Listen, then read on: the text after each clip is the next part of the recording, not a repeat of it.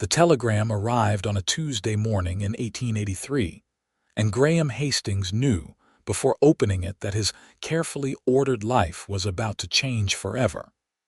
He stood on the wide porch of his ranch house outside White Pine, Colorado, watching the messenger boy ride back down the dusty road toward town. The envelope felt heavier than it should, weighted with obligation and his late mother's final wishes. 6 months had passed since her death, and the lawyers back in Boston had finally settled the estate. Among her effects, they had found a letter addressed to him, written during her final days when the fever had already claimed most of her clarity. Graham unfolded the paper with calloused hands that had seen more rope and leather than fine stationery in recent years. His mother's shaking script covered 2 pages, but the essential message was simple enough. She wanted him to marry. She had arranged, through a friend in Philadelphia, to introduce him to suitable young women through correspondence. The letter included 3 names and addresses of women who had agreed to consider becoming a rancher's wife, sight unseen. He was 32 years old, owner of one of the most prosperous cattle operations in Colorado, and until this moment, perfectly content with his bachelor existence.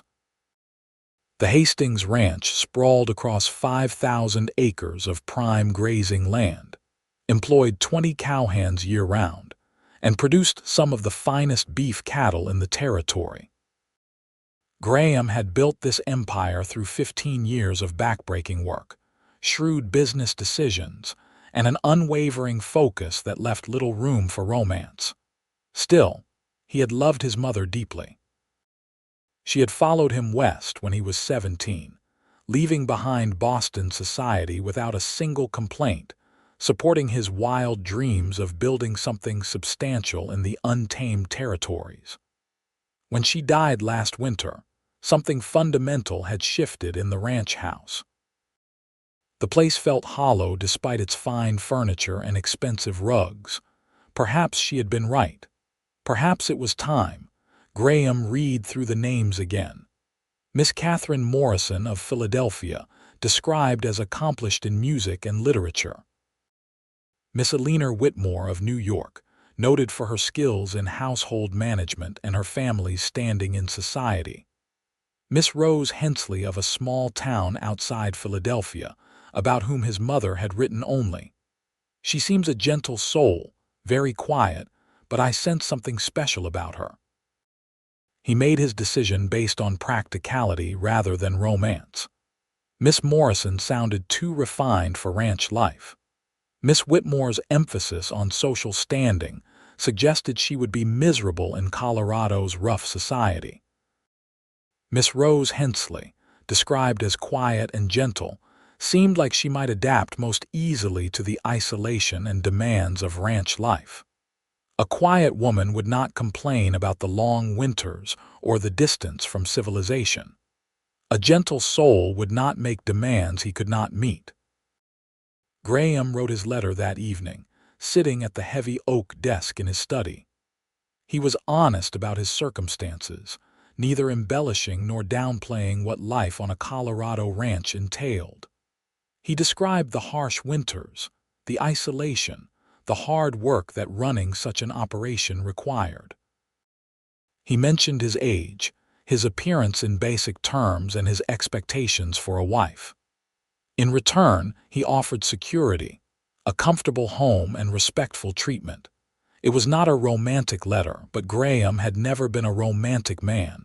3 weeks later, Rose Hensley's reply arrived. The handwriting was neat and careful, the words few but thoughtful. She accepted his proposal with simple directness. She had no family left, she wrote, and the idea of a fresh start in the West appealed to her. She asked for a month to settle her affairs, and would arrive in White Pine by late September. Graham made arrangements with his foreman, a gruff but capable man named Dutch Sanders, to manage things while he prepared for his bride's arrival. The ranch house needed a woman's touch after years of bachelor occupation. He hired 2 women from town to clean thoroughly, to check that the kitchen was properly stocked, to ensure the bedroom he had designated for Rose was comfortable and welcoming. "You are really going through with this?" Dutch asked one afternoon as they watched the women hang fresh curtains in the parlor. "Marrying some woman you have never even seen." "My mother's dying wish," Graham replied, which was answer enough for Dutch. Everyone on the ranch had loved Martha Hastings. What if she is ugly as a mud fence? Then she is ugly as a mud fence. I am not marrying her for beauty. What if she cannot cook? We have a cook. What if she talks your ear off from dawn to dusk? Graham smiled slightly. Her letters suggest that will not be a problem. She seems very quiet. Dutch shook his head but said nothing more. Graham knew what his foreman was thinking. This whole arrangement seemed cold, calculated, nothing like the passionate courtships celebrated in the dime novels that circulated among the ranch hands. But Graham had seen too much of the world to believe in fairy tales. His parents had married for love, and while they had been happy enough, his mother had still ended up following her only child to the wilderness, dying far from everything familiar. Love did not guarantee happiness. Compatibility, shared goals, and realistic expectations seemed far more reliable foundations for a marriage. September arrived with cooler temperatures and brilliant aspens turning gold across the mountainsides. Graham rode into White Pine on the morning Rose's train was scheduled to arrive, dressed in his best suit, freshly shaved, trying to ignore the nervous tension in his stomach. The town had grown considerably in the past decade, evolving from a rough mining camp into a proper community with a church, a school, a bank, and several respectable businesses. The railroad's arrival 5 years ago had connected White Pine to the rest of the country, bringing both prosperity and civilization. The platform was crowded when Graham arrived. Half the town seemed to have found reasons to be at the station that morning, curious about the mail-order bride arriving for the wealthy rancher. Graham ignored the stares and whispers, positioning himself where he could watch the passengers disembark. The train arrived in a cloud of steam and screeching metal. Graham watched travelers step down, one after another, scanning for a woman traveling alone. He saw a family with several children, 2 men in business suits, an older couple, and then her. Rose Hensley was smaller than he had expected, barely reaching his shoulder, even accounting for the distance between them.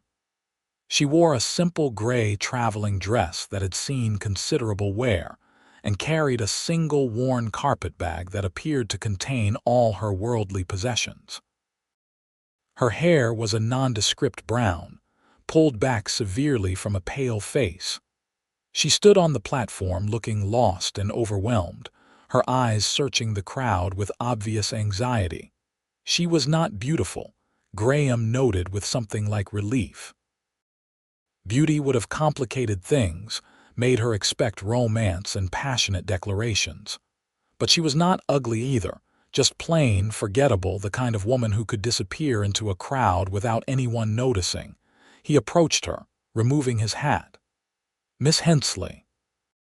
She turned toward him, and for a moment, Graham forgot whatever he had planned to say. Her eyes were extraordinary, a deep amber color that seemed to shift in the sunlight, holding depths and secrets that her plain exterior completely contradicted. Then she lowered her gaze quickly and the moment passed. "Mr. Hastings." Her voice was soft, barely audible above the noise of the station. "Yes, welcome to White Pine." He reached for her bag, but she held onto it tightly. "I can manage it," she said quietly. "I have a wagon. It is this way." She followed him through town, maintaining a respectful distance, her eyes cast down. People stared openly, and Graham heard the whispers starting already.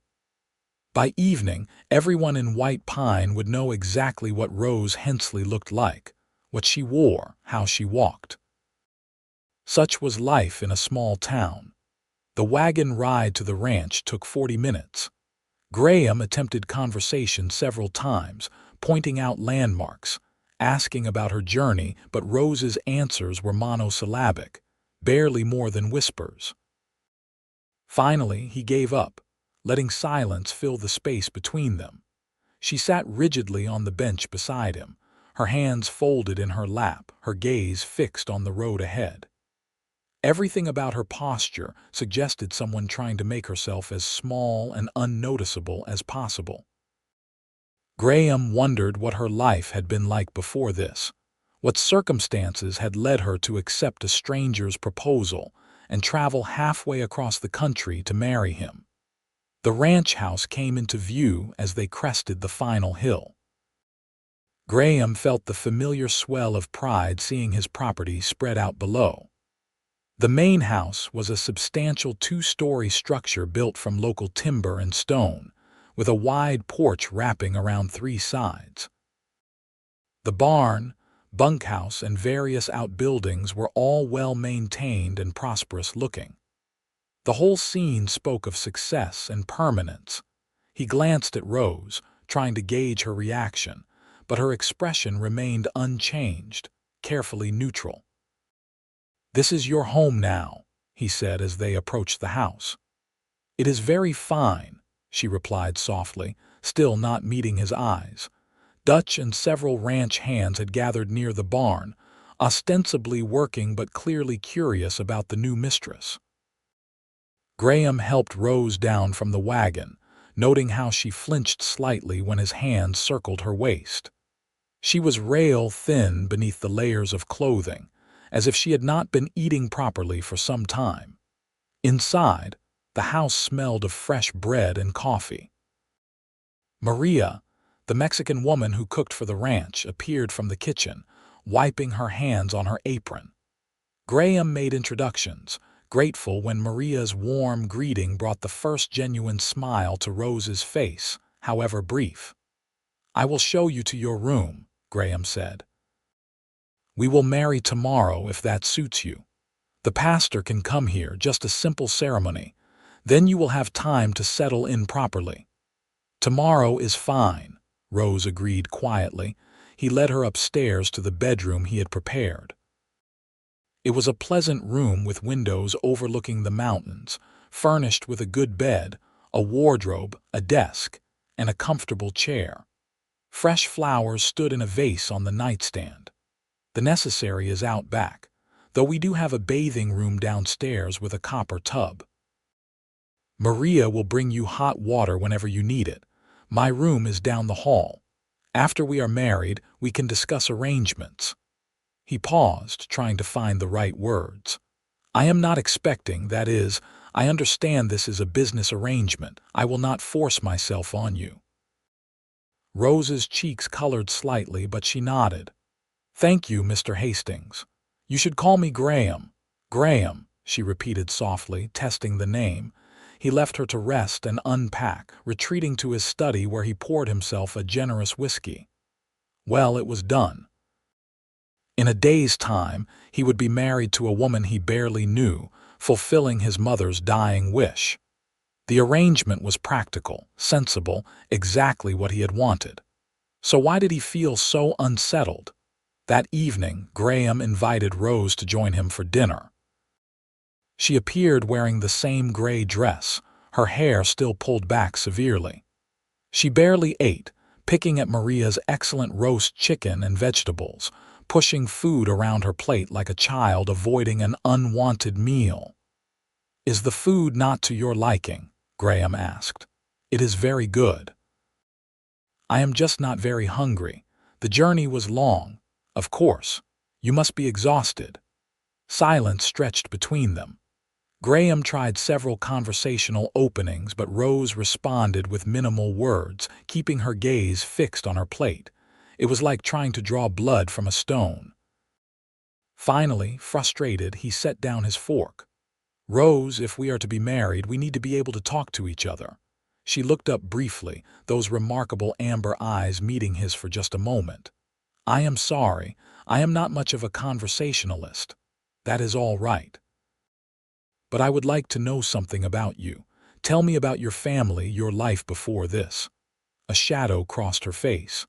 There is not much to tell. My parents died when I was young. I lived with my aunt until she passed last year.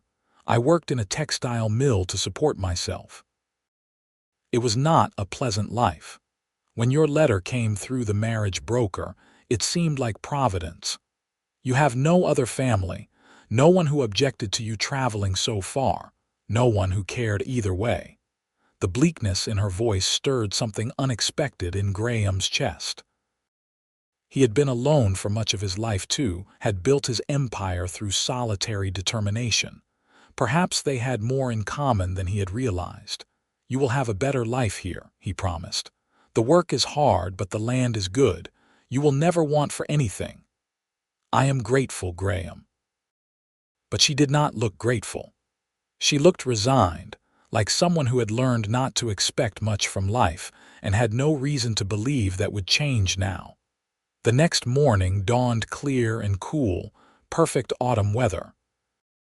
Pastor Wilson arrived at 10 o'clock, accompanied by his wife as a witness.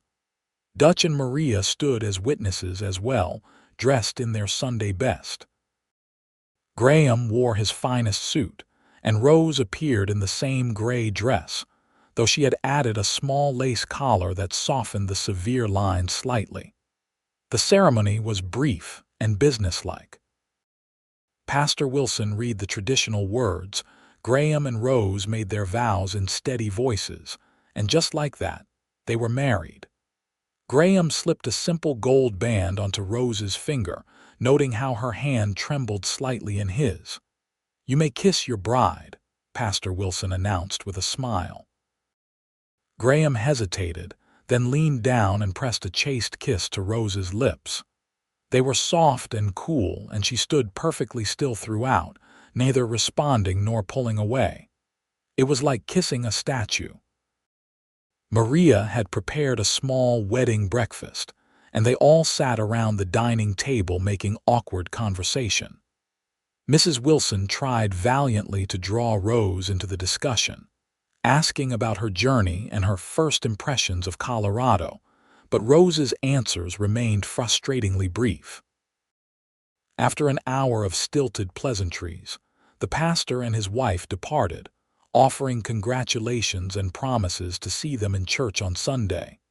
And then Graham and Rose were alone, married, strangers sharing a house and a name. The first weeks of marriage established a pattern. Rose proved to be an early riser, already in the kitchen when Graham came down for breakfast. She worked alongside Maria, learning the rhythms of running a household, though she never offered opinions or made requests. She moved through the house like a ghost, quiet and unobtrusive, making no demands on anyone. Graham spent his days working the ranch, often from dawn until well after dark. The fall roundup was in full swing, requiring every available hand to gather the cattle from summer pasture, separate the calves for branding, and prepare the herd for market.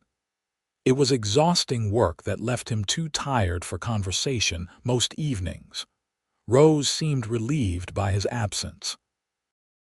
Graham would return to the house to find dinner ready, the house immaculate, but Rose herself retreating to her room as soon as the meal was finished.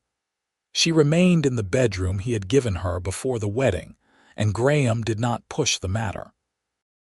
Consummating their marriage seemed wrong when they were still such strangers. "Your bride is an odd one," Dutch commented one afternoon as they mended fence line. "Barely says 2 words to anyone. She is adjusting. This is a big change for her. Been a month now. How long does adjusting take?" Graham did not have an answer for that. He was beginning to wonder if Rose would ever adjust, or if she would remain this silent, ghostly presence in his home forever. October brought the first real snow, dusting the peaks white and sending the temperature plummeting at night. Graham made sure the house was well stocked with firewood and that Rose had warm clothing. He took her into town, insisting on buying her several new dresses, a warm coat, good boots. She protested the expense, but Graham was firm. "You are my wife. I will not have you going around in worn-out rags. My clothing is perfectly serviceable." "Your clothing looks like it came from a charity bin. Let me do this, Rose," she acquiesced, though she showed no pleasure in the new things. The dressmaker, a cheerful woman named Mrs. Potter, tried to convince Rose to choose brighter colors, more flattering styles, but Rose stubbornly insisted on practical, drab shades that did nothing for her complexion. As they left the shop, packages in hand, Graham said, "You know, you are allowed to choose things you actually like. That green fabric would have looked nice on you." "I do not need to look nice. I need to be practical." "Why can you not be both?" Rose did not answer, just climbed into the wagon and stared straight ahead. On Sunday, they attended church together. Graham introduced Rose to the various townspeople, watching her shrink into herself with each new person, her answers to friendly questions barely audible. Several women tried to befriend her, but Rose gave them nothing to work with, deflecting every overture with monosyllabic responses until they gave up. Driving home, Graham finally lost his patience. "You could try, you know." "Try what?" Rose asked, her voice very small. "Try to be friendly. People are making an effort. Mrs. Wilson invited you to join the ladies' quilting circle. Mrs. Henderson offered to teach you how to preserve vegetables for winter. You acted like they were trying to sell you poison." "I did not mean to be rude." "Then what did you mean to be?" Rose was silent for a long moment. When she finally spoke, her voice was barely above a whisper. "I am not good with people. I never have been. They always want things from me, and I never know what to give them. It is easier to be quiet, to not engage. Then I cannot disappoint anyone." The defeat in her words gave Graham pause. "Who taught you that? That you are a disappointment?" "Everyone. My aunt, my employers at the mill, the other workers. I learned early on that staying quiet and invisible was the safest course. You are not at the mill anymore. And you are not invisible, Rose. You are my wife. People in town want to know you." "Why would they want to know me? I am nobody." Graham pulled the wagon to the side of the road and turned to face her. "You are not nobody. You are Rose Hastings, wife of one of the most successful ranchers in the territory. You can be whoever you want to be here. This is a fresh start." For just a moment, something flickered in those amber eyes, something that might have been hope or longing. Then it was gone, shuttered behind her usual careful blankness. "I will try," she said quietly, "but I cannot promise to be someone I am not. I am not asking you to be someone else. I am asking you to be yourself, whoever that is." But Rose looked away, and Graham had the unsettling feeling that she had no idea who herself actually was. November brought bitter cold and several serious snowstorms. The ranch work continued despite the weather, though Graham tried to spend more time at the house, conscious of Rose's isolation. She had still not made any friends in town, had not attended the quilting circle or taken up any of the social invitations offered. What she had done was make the ranch house feel like a home. Fresh bread appeared daily. The rooms gleamed with cleanliness. She had started a kitchen garden behind the house, preparing it for spring planting. She mended clothing for the ranch hands without being asked, and had reorganized the entire pantry into a model of efficiency.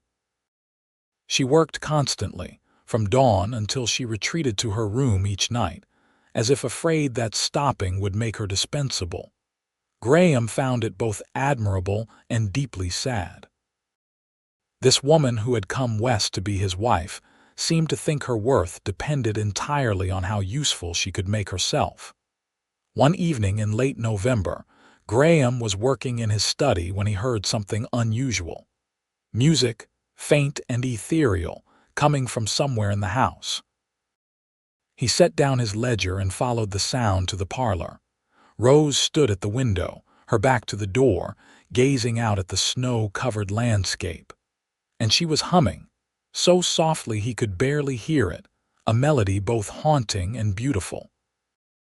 As he watched, frozen in the doorway, the humming evolved into quiet singing, wordless but achingly lovely. Graham had never heard anything like it. Rose's speaking voice was pleasant enough but unremarkable, soft and forgettable. This was something entirely different. This was pure, crystalline sound that seemed to bypass his ears and resonate directly in his chest. This was a voice that professional opera singers would envy, a voice that belonged in concert halls and grand theaters, not hidden away in a Colorado ranch house. His boots creaked on the floorboard. Rose stopped instantly, spinning around, her face draining of color. "I am sorry," she gasped. "I did not mean to disturb you. I thought everyone was asleep." "Rose." Graham could not find words for what he wanted to say. "That was extraordinary. Your voice is extraordinary." She shook her head violently, wrapping her arms around herself. "Please do not make me sing. Please, make you. I am not making you do anything. I just meant that you have real talent. Why have you been hiding it? I do not sing anymore." Her voice had gone flat, dead. "But you just were." "I forgot myself. It will not happen again." She tried to slip past him, but Graham caught her arm gently. "Wait, I do not understand. Why would you hide something so beautiful?" Rose stared at the floor, her whole body rigid. "My aunt forbade it. She said singing was vanity, that it drew unwanted attention, that it made me think I was special when I was not. She said it would bring nothing but trouble." "Your aunt sounds like a miserable woman." "She took me in when my parents died.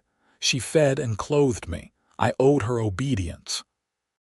"She is dead now, Rose. You do not owe her anything anymore." Rose pulled free of his grip. "You do not understand. Good night, Graham." She fled upstairs, leaving Graham standing in the parlor, feeling like he had just glimpsed something precious through a briefly opened door before it slammed shut again. He could not stop thinking about it. For the next several days, Graham found himself listening for Rose's voice, hoping to hear that extraordinary sound again. But the house remained stubbornly silent, except for the usual domestic noises. Rose, if anything, became even more withdrawn, barely speaking at all, as if afraid any words might accidentally transform into song. It drove Graham to distraction. He had thought he was marrying a simple, quiet woman who would be an undemanding presence in his life. Instead, he had married a mystery, a woman with layers and secrets, with extraordinary gifts she seemed determined to bury. And for reasons he could not entirely explain, it bothered him immensely. One afternoon, while working in the barn with Dutch, Graham found himself confessing the whole story. Dutch listened, then said, "So the quiet little mouse can sing like an angel. Why does that bother you so much?" "Because she will not do it. She has this incredible gift and she is hiding it like it is something shameful. Maybe to her it is." "That makes no sense." Dutch gave him a long look. "Boss, forgive me for speaking plainly, but you married that girl sight unseen, based on nothing but letters.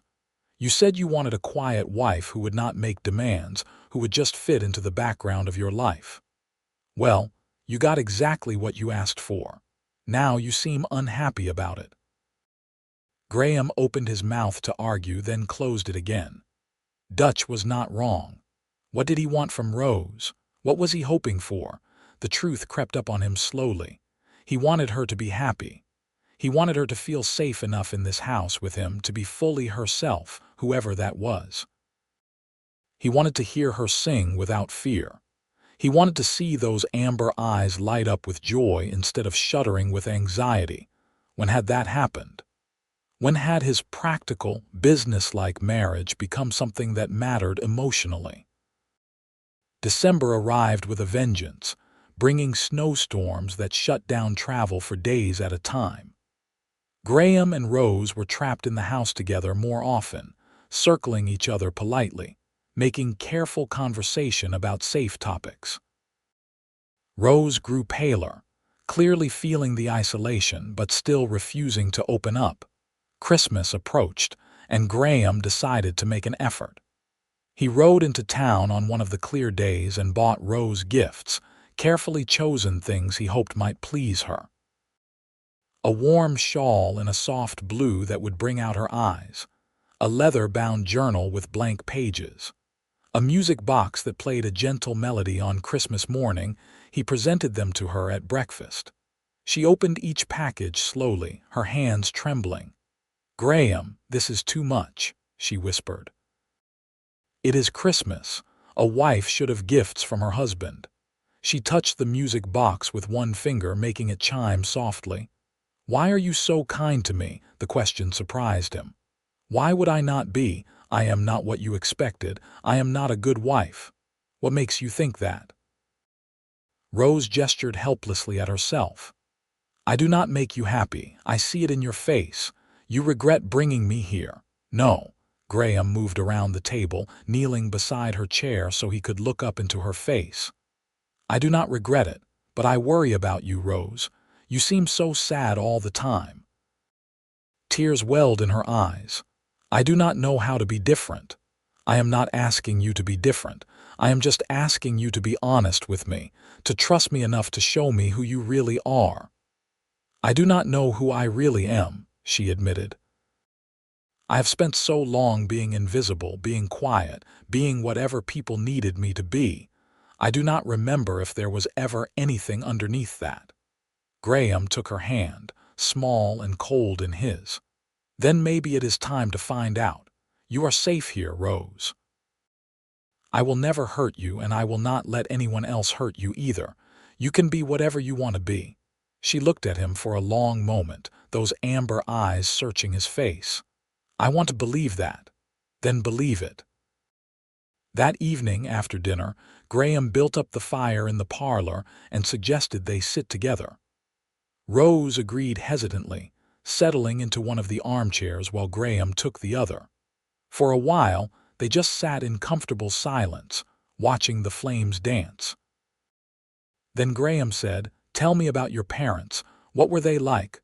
Rose was quiet for so long he thought she might refuse to answer. Then softly she began to speak. "My father was a music teacher. My mother sang in church. They met when she came to him for voice lessons. Everyone said they made beautiful music together in every sense." A small, sad smile crossed her face. "They died in a house fire when I was 7. I was staying with my aunt that night. I remember my mother singing to me before she left. I did not know it would be the last time. I am sorry." "That must have been terrible." "My aunt blamed me. She said if I had not been staying with her that night, my parents would not have died. She said my father came to collect me but found the house already on fire and died trying to save my mother." Rose's voice was steady, but tears ran down her cheeks. "She said I killed them both." Anger, hot and fierce, surged through Graham. "That is not true. You were a child. What happened was an accident, a tragedy, but not your fault. Maybe, but my aunt never let me forget it. She took me in, but she made sure I knew what a burden I was. When she discovered I had inherited my mother's voice, she forbade me to sing. She said it was a reminder of all that was lost, and that I had no right to the gift when I had killed the people who gave it to me. Your aunt was wrong. Cruel and wrong. She was what she was. After she died, I thought about singing again, but I could not. Every time I tried, I heard her voice telling me I did not deserve it, so I stopped." Graham moved to kneel in front of her chair, taking both her hands. "Rose, listen to me. You deserve joy. You deserve to use your gifts. Your parents would have wanted you to sing, to honor what they gave you, not bury it because of one bitter woman's cruelty." "How can you know that?" "Because I know what it is like to build something beautiful and want it to continue after you are gone. My mother made me promise to use this ranch to build a life, to create something meaningful.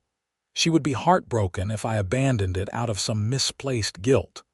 Your parents gave you the gift of music. Hiding it dishonors them. Rose stared at him, something shifting in her expression. I never thought of it that way. Then think of it that way now. Sing, Rose, sing for your parents, sing for yourself. Sing because you have a voice that deserves to be heard. I do not know if I can. Try, just try. Rose closed her eyes, and for a moment Graham thought she would refuse.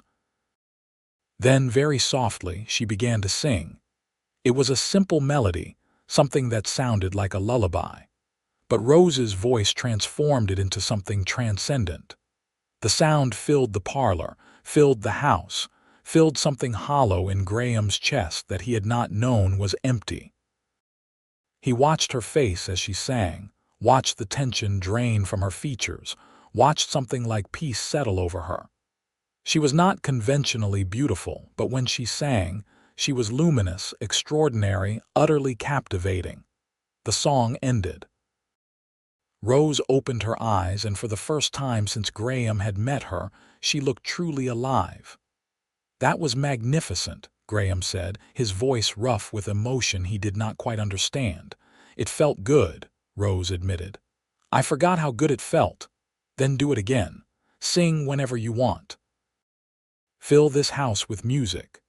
Something happened in that moment, something Graham would look back on later as the precise instant everything changed.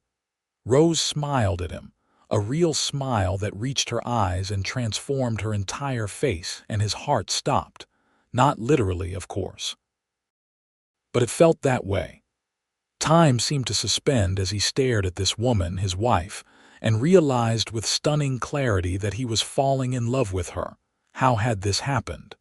When had the practical arrangement become something more? When had her happiness started mattering more than his own comfort?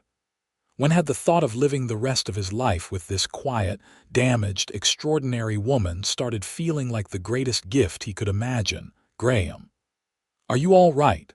Rose asked, concern creasing her brow. "Yes," he managed. "I am fine. Better than fine." But his hands were shaking as he stood, retreating to his chair, trying to process this revelation. He was in love with his wife, with Rose, with the woman he had chosen specifically because she seemed like she would not complicate his life. The irony was not lost on him. Over the next weeks, something shifted between them. Rose sang more often, tentative at first, then with growing confidence. Graham would find her humming as she worked in the kitchen, singing as she mended clothes by the fire, filling the house with beauty that had been locked away too long. She bloomed like a flower finally receiving sunlight. The color returned to her cheeks. She smiled more readily. She even started talking more, sharing stories about her childhood before the tragedy, about books she had read, about dreams she had buried long ago. Graham fell more deeply in love with each passing day. He learned that Rose had a dry sense of humor that caught him off guard and made him laugh. He discovered she was fiercely intelligent, with opinions on everything from politics to cattle breeding that she had never felt comfortable expressing before. He watched her gain confidence, watched her grow into herself, and felt privileged to witness the transformation. But he said nothing about his feelings. The marriage had been her escape from a difficult life, a practical arrangement for survival. He did not want to complicate it with declarations she might not welcome. Better to let her continue healing, continue discovering who she was without the pressure of his emotions. January brought a thaw, melting the worst of the snow and allowing Graham to return to full-time ranch work. He was checking on the cattle in the north pasture when one of the younger hands, a boy named Tommy, came riding up fast. "Boss, you better come quick. Some men showed up at the house asking for Miss Rose." Graham's blood ran cold. What men? Did not give names, but they were not friendly. They said they had business with her, that she owed them something. Maria told them to leave, but they said they would wait. Graham spurred his horse into a gallop, fear giving him speed. Who would come looking for Rose, and what could she possibly owe anyone? He arrived at the ranch house to find 3 men lounging on his porch, looking entirely too comfortable. They were rough characters, the kind that haunted saloons and back alleys, not the sort who had legitimate business with anyone. Graham dismounted and approached, every muscle tense. "You are on my property. State your business or leave."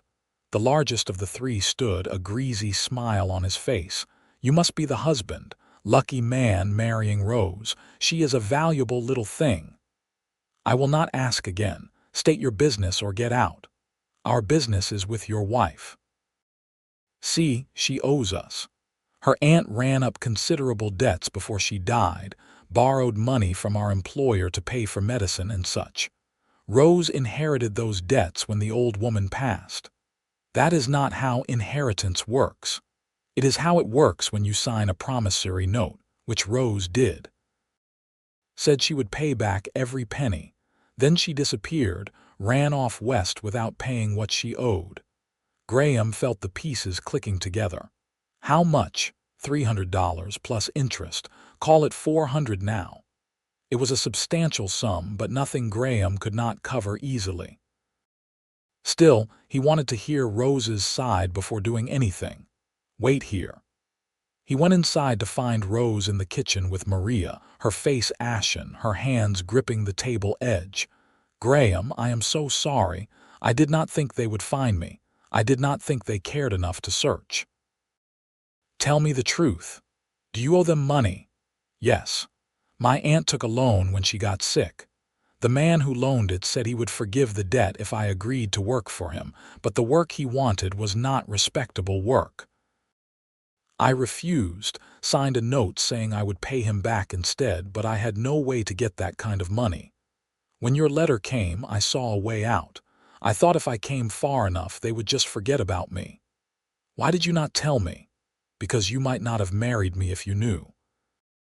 And I had nowhere else to go." Graham studied her frightened face and felt his anger drain away. "Rose, I have $400, more than that. I can pay this debt. No, it is my responsibility. You are my wife. Your responsibilities are my responsibilities. I will not let you pay for my mistakes. It is not a mistake to try to escape a bad situation. Let me do this." Before Rose could argue further, Graham returned to the porch. He pulled out his wallet and counted out $400, a sum that made the men's eyes gleam with greed. "This clears her debt completely. You will give me whatever paperwork she signed, and you will never contact my wife again. If you or anyone associated with you comes near this property or Rose, I will involve the law. Am I understood?" The leader took the money, counting it carefully, then produced a crumpled paper from his pocket. "Pleasure doing business with you, Mr. Hastings." Graham watched them ride away, then returned inside. Rose stood in the hallway, tears streaming down her face. "I will pay you back, every penny. I will work off the debt. You will do no such thing. You are my wife, Rose. What is mine is yours. There is no debt between us. Why are you so good to me? I have given you nothing but trouble." Graham closed the distance between them, cupping her face gently. "You have given me far more than you know. This house was just a building before you came. Now it is a home. You have brought music and life and meaning to everything. You think you are a burden, but you are the best thing that ever happened to me." Rose stared at him, her amber eyes wide with shock. "Graham, I do not understand." "Then let me be clear. I am in love with you, Rose. I did not plan it, did not expect it, but it is true. You do not have to feel the same way. I know this marriage was supposed to be practical, nothing more. But I needed you to know how I feel." For a long moment, Rose said nothing. Then, rising on her toes, she kissed him. It was nothing like the chaste kiss they had shared at their wedding. This was real, deep, full of emotion that had been building for months. Graham pulled her close, feeling her melt against him, and knew that whatever challenges lay ahead, they would face them together. When they finally broke apart, Rose was smiling through her tears. "I love you too. I have been afraid to admit it, afraid that if I let myself feel anything, it would be taken away like everything else I have ever loved. But I cannot hide it anymore. I love you, Graham Hastings." He kissed her again, and this time when he swept her into his arms and carried her upstairs, she did not protest. They finally consummated their marriage that afternoon, and it was everything Graham had not known he was waiting for. Rose was tender and passionate, vulnerable and strong, and being with her felt like coming home. Afterward, lying tangled together in Graham's bed, Rose traced patterns on his chest. "I cannot believe this is real, that I am allowed to be happy. You are allowed to be anything you want to be. I want to be yours. You already are, and I am yours. We belong to each other now." Spring arrived slowly, the snow retreating from the valleys as temperatures climbed. Graham taught Rose to ride, delighting in her laughter when her horse cantered across the meadows. She grew stronger, healthier, shedding the gaunt shadows of her past. True to her word, Rose attended the quilting circle in town, and though she was still quiet, she made efforts to connect with the other women. Mrs. Wilson became a genuine friend, as did several others who appreciated Rose's gentle nature and dry humor once she felt comfortable enough to show it. The ranch prospered as well. Graham hired additional hands as his herd expanded, buying up adjoining properties as they became available. He consulted Rose on decisions, valuing her sharp mind and practical insights. She proved to have a good head for business, suggesting improvements to operations that increased efficiency and profits. But the best moments were the quiet evenings when Rose would sing. Sometimes she sang old hymns her mother had taught her. Sometimes she sang ballads or folk songs she remembered from childhood. Sometimes she simply improvised, creating melodies that existed only in that moment, gifts of beauty that could never be repeated. The ranch hands would stop what they were doing when they heard her voice drifting from the house, standing in silent reverence for something extraordinary. Word spread through White Pine about Rose Hastings's remarkable gift. The pastor asked her to sing in church, and after some hesitation, she agreed. That first Sunday, when Rose stood before the congregation and sang a traditional hymn, there was not a dry eye in the church. Her voice, powerful and pure, lifted hearts and stirred souls. After the service, people crowded around, offering praise and thanks. "You have a gift from God," Pastor Wilson told her seriously. "Thank you for sharing it with us." Rose held Graham's hand tightly. "It feels right to sing again, like I am finally honoring my parents' memory properly." Summer brought long days of hard work and short nights of deep contentment. Graham had never been happier. He would wake with Rose in his arms, spend his days working land he loved, and return each evening to a wife who made everything worthwhile. One evening in July, as they sat on the porch watching the sunset paint the mountains gold and crimson, Rose said, "I have something to tell you." Graham looked at her, noting the nervous excitement in her eyes. "What is it?" "I am with child. We are going to have a baby." Joy, pure and overwhelming, swept through him. Graham pulled Rose into his arms, kissing her thoroughly. "That is wonderful news, the best news. You are not worried. Childbirth is dangerous out here, far from proper doctors. We will make sure you have the best care available.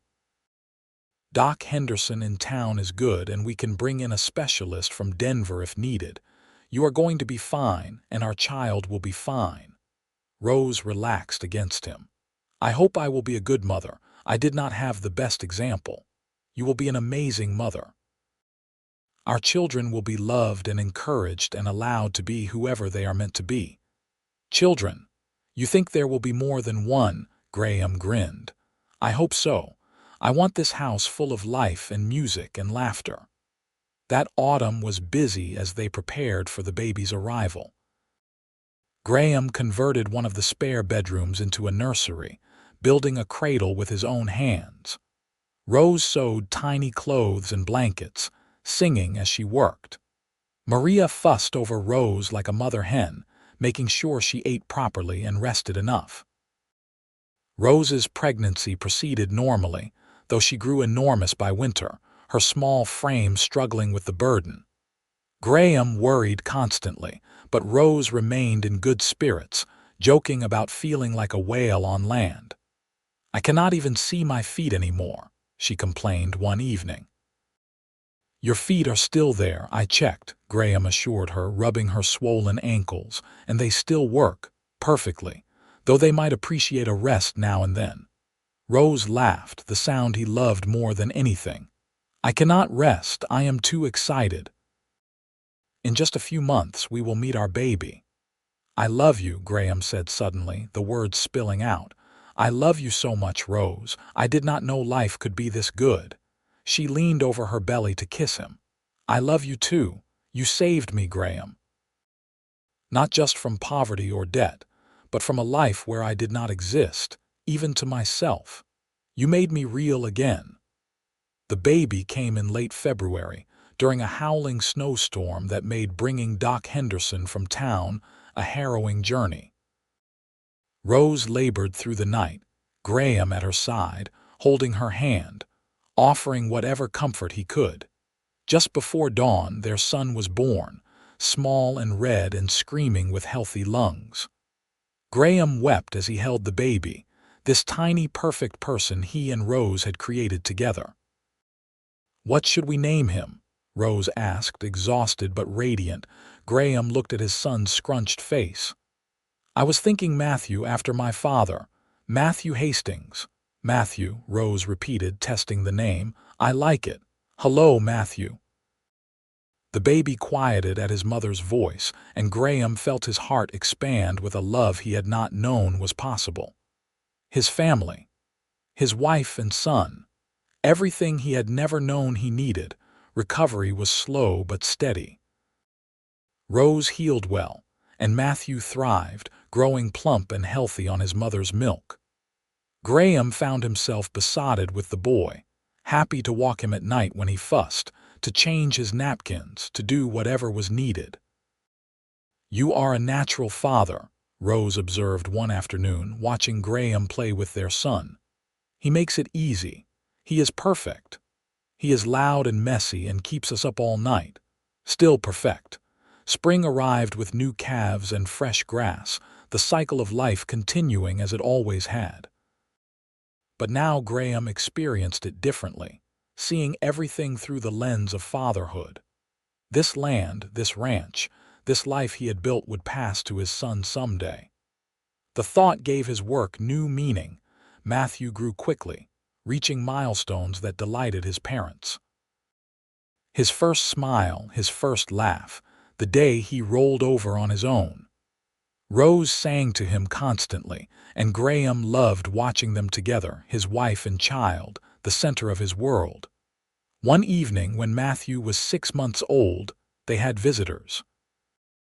A traveling theatrical company passed through White Pine, and the director, having heard about Rose's voice, came to the ranch hoping to recruit her. Madam, I am going to be direct, he said, sitting in their parlor. You have a voice that could make you famous. We would like you to join our company, tour the major cities.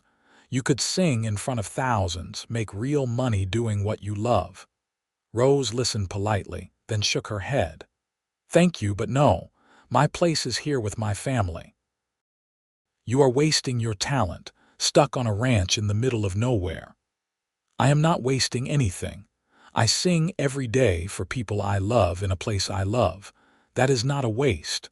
The director tried several more arguments, but Rose remained firm. After he left, Graham asked, Do you have any regrets about turning him down? None. I spent too many years not singing at all because someone told me I should not. Now I sing when and where I want for the people who matter to me. That is worth more than fame or money could ever be." Graham kissed her softly. "You are remarkable. You know that. I am just a woman who found her voice again, thanks to a man who believed in her." The years that followed were full and happy. Matthew grew into a sturdy boy with his father's build and his mother's eyes. Rose sang at every church gathering, every community celebration, her voice becoming synonymous with joy and beauty in White Pine. People came from surrounding towns just to hear her sing, but she never charged money, never turned it into a business. It remained a gift, freely given.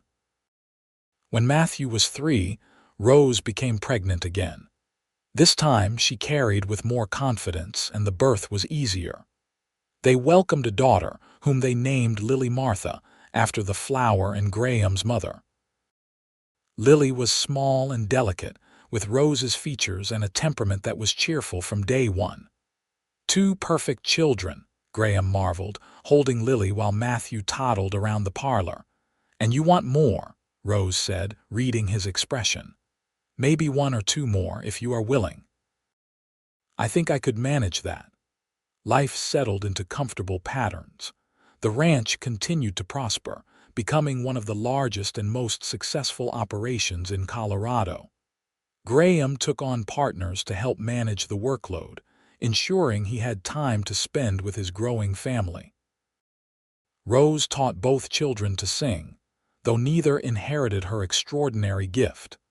Still, the house rang with music, with laughter, with the sounds of a family deeply connected.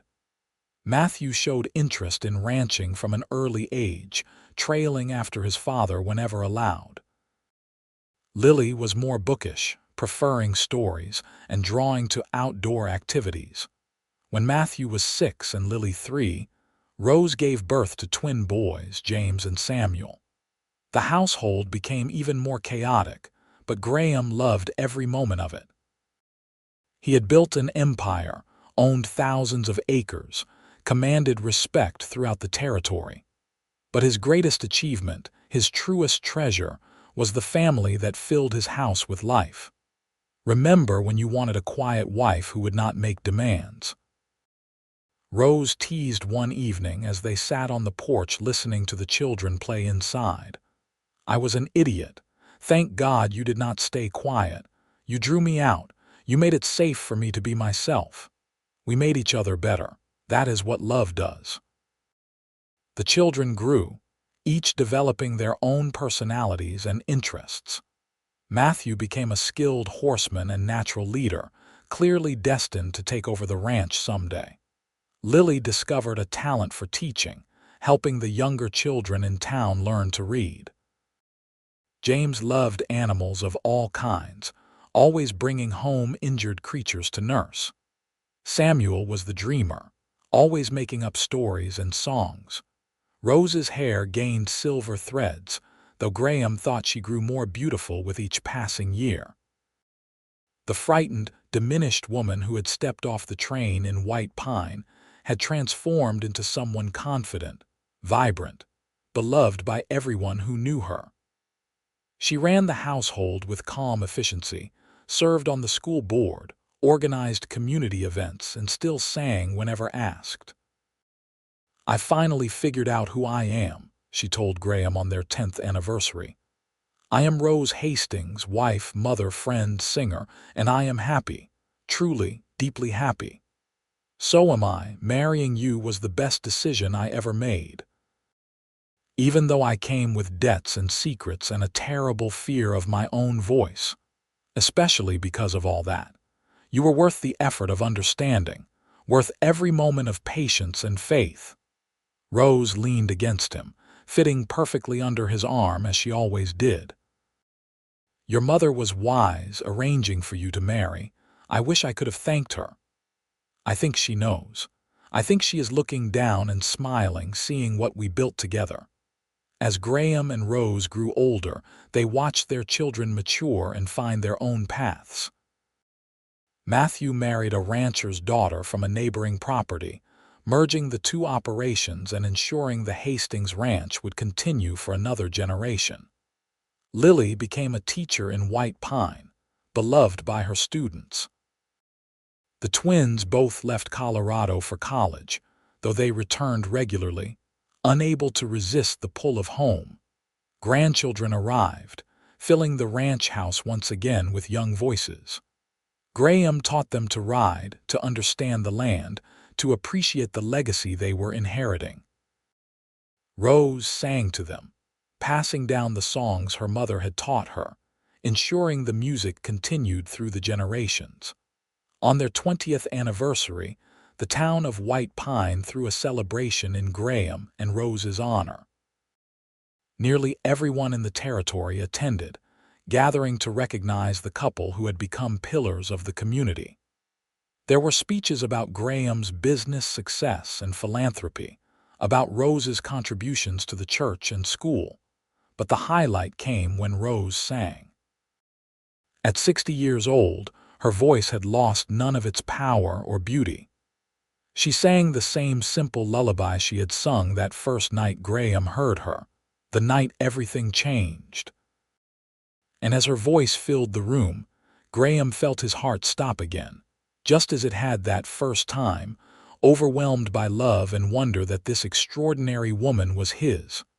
Afterward, people crowded around, offering congratulations and thanks. But Graham only had eyes for Rose, who navigated the crowd with grace and warmth, no longer the frightened girl who could not meet anyone's gaze. "You have come so far," he murmured when they finally had a moment alone. "We have come so far," she corrected. "I could not have done any of this without you. I think you underestimate yourself. You are the strongest person I know. Only because you showed me I could be strong." They celebrated their silver anniversary surrounded by family and friends, reflecting on 25 years of marriage, of partnership, of deep and abiding love. Graham was in his late 50s now, his hair completely gray, his face weathered by decades of sun and wind. But he felt young when he looked at Rose, felt the same surge of emotion he had experienced that night in the parlor when she first sang for him. "You know what I remember most," Graham said during the celebration. "The moment I heard you sing and realized I had married someone extraordinary. My heart literally stopped. Time stopped. Everything I thought I knew about love and marriage got turned upside down in an instant." Rose smiled, her amber eyes still as captivating as ever. "I remember that night too. It was the first time I felt free. The first time I believed I might actually deserve happiness. You deserve everything good this world has to offer." Their children and grandchildren gathered around, insisting on hearing the story of how they met for what must have been the 100th time.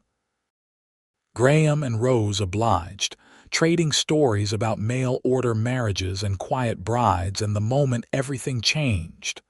"So the lesson is to marry a quiet woman," Matthew joked. "The lesson is to look beneath the surface," Graham corrected. "Your mother taught me that people are deeper than they appear, that patience and faith can reveal extraordinary things. And your father taught me that I was worth more than I believed," Rose added. "That my voice, my thoughts, my very existence mattered." As the sun set on their anniversary celebration, Graham and Rose sat on the porch of the ranch house, watching their family, feeling the satisfaction of a life well lived. "If you could go back," Rose asked, "would you change anything?" Graham considered. "I would have told you I loved you sooner. I wasted months trying to be practical when my heart knew the truth. And I would have trusted you sooner, let you see who I was without so much fear. We got there eventually. That is what matters." The years continued to pass, bringing the inevitable changes that time brings. Graham's joints stiffened, making the physical work of ranching more difficult, though he still rode out to check on the cattle whenever possible. Rose's voice lost some of its power, though it remained beautiful, and she continued to sing at every opportunity. They celebrated their 30th anniversary quietly, just the two of them, taking a trip to Denver for a week of theater and fine dining. It was a rare indulgence, leaving the ranch in Matthew's capable hands, but they savored the time alone together. "This is nice," Rose said one evening as they dressed for the opera, "but I will be happy to go home. Getting nostalgic in your old age. I am not old. I am distinguished." She gave him a playful swat. "But yes, I miss home. I miss the mountains and the ranch and our family. We will go back in a few days. But tonight, let me take my beautiful wife to the opera and pretend we are sophisticated city folk." The opera was excellent, though Graham spent more time watching Rose's face than the stage. She listened with complete attention, her expression rapt, transported by the music. This was what he loved most, seeing her fully engaged with something she loved, no longer hiding or diminishing herself. After the performance, they walked through Denver's gas-lit streets, holding hands like young lovers. "Thank you for this," Rose said, "for understanding that I love music even though I chose family over fame.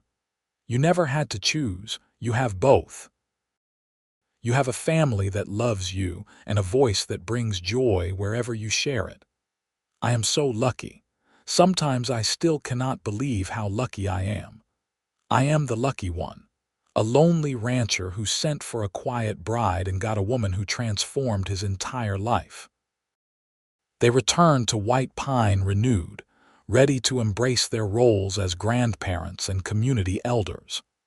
Graham officially retired from day-to-day ranch operations, though he remained chairman of the Hastings family business. This gave him more time to spend with Rose, to travel when they wanted, to simply enjoy each other's company. Their grandchildren grew, some staying in White Pine, others scattering across the country to pursue their own dreams. But they all returned regularly, drawn by the love and stability of their grandparents' home. On their 40th anniversary, the entire family gathered for a massive celebration. 4 children, 12 grandchildren, and 3 great-grandchildren filled the ranch house to bursting. Graham looked around the crowded rooms and felt overwhelming gratitude. This was his legacy. Not the land or the cattle or the money, but the family, the love, the connections that would continue long after he was gone. That evening, after the guests had departed and only immediate family remained, Rose sang. Her voice was thinner now, aged, but still achingly beautiful. She sang the lullaby her mother had taught her, the one she had sung to all her children and grandchildren, passing down a tradition of love and music. Graham listened with tears streaming down his face, not caring who saw. After 40 years of marriage, he still felt the same way he had that first night. His heart stopped. Time stopped. There was only Rose and her voice and the overwhelming love that filled every corner of his being. When the song ended, Graham stood and took Rose's hand. "Thank you," he said simply. "For singing, for loving me, for building this life with me. You are my heart, Rose, you always have been." Rose smiled, her amber eyes bright with tears. "And you are mine, my partner, my love, my home." They were in their 70s when Graham's health began to fail.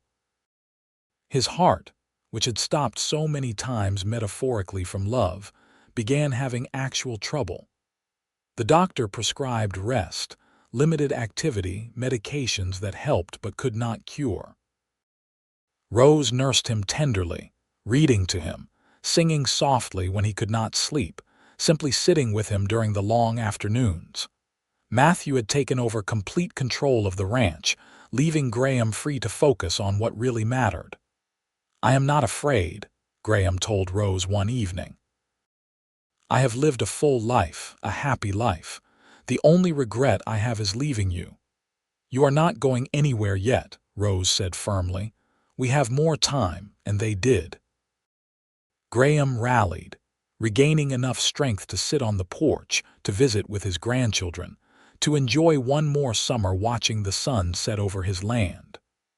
Rose never left his side, their hands intertwined, their love as strong as ever. It was autumn when Graham finally passed, peacefully in his sleep with Rose beside him. He was 76 years old and had lived to see his empire prosper, his children thrive, and his grandchildren grow. But his greatest achievement, the thing he was most proud of, was the love he had shared with Rose. The funeral brought people from across Colorado, all coming to pay respects to a man who had been fair, generous, and deeply loved. But the moment everyone remembered most came when Rose stood to sing. Her voice was old now, wavering in places, but still heartbreakingly beautiful. She sang a hymn about eternal love and reunion, about hope and faith and the promise of seeing loved ones again.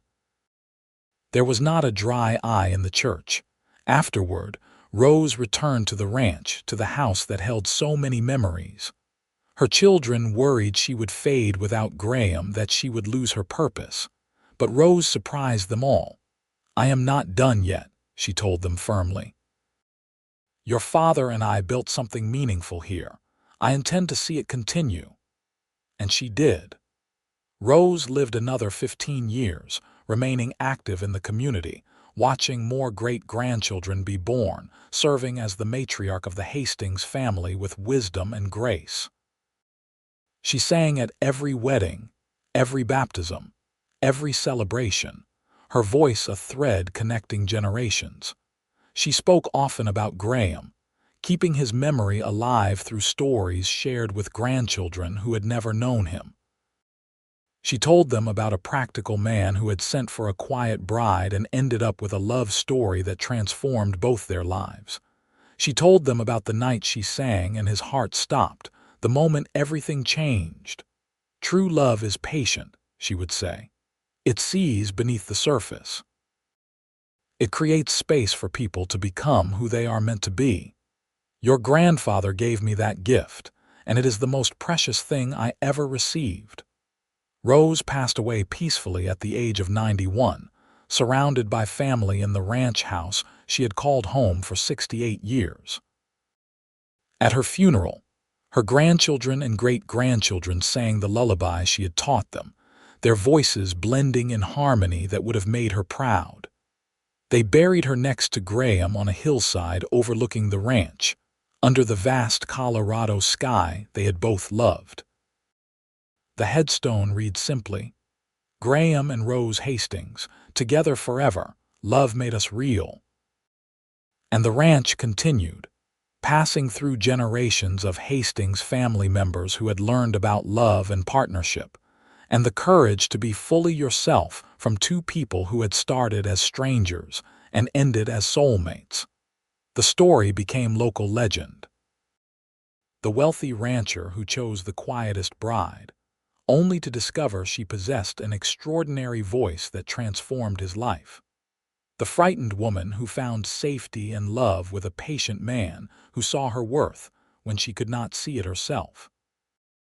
The moment she sang and his heart stopped, the instant two lonely people became one extraordinary partnership. Years later, a great-granddaughter researching family history found Graham's original letter to the marriage broker, the one where he specified he wanted a quiet, undemanding wife. She laughed reading it, then found Rose's response, simple and direct, revealing nothing of the remarkable woman she would become. They had no idea what they were getting into, she told her own children. Grandfather thought he was getting a housekeeper. Grandmother thought she was escaping her past. Instead, they found true love. "What made it work?" her daughter asked. Grandfather saw grandmother for who she really was and loved every part of her, and grandmother trusted him enough to let him see. They created space for each other to grow and become their best selves. That is what real love does. The Hastings Ranch still operated more than 100 years later, still prosperous, still family-owned. And every generation learned the story of Graham and Rose, the reminder that love often comes in unexpected forms, that patience and faith can reveal extraordinary treasures, and that sometimes the quietest people have the most beautiful voices, if only someone takes the time to listen. On summer evenings, when the wind blows just right across the Colorado hills, people swear they can hear singing, a voice pure and clear, carrying across the generations, a reminder that true love never really dies. It transforms, it continues, it echoes through time in the lives it touched and the family it created. Graham chose the quietest bride and she sang, and his heart stopped. But in stopping, it learned to beat in rhythm with hers, creating a harmony that lasted beyond death, beyond time, a love story for the ages that began with a telegram and ended with a legacy of music, family, and enduring devotion that would never be forgotten. The Wild West was tamed, the territories became states, the rough towns grew into cities. But in White Pine, Colorado, the story remained, passed down through generations like Rose's lullaby, a testament to the transformative power of love, the courage to reveal your true self, and the magic that happens when two lonely hearts find their way home to each other.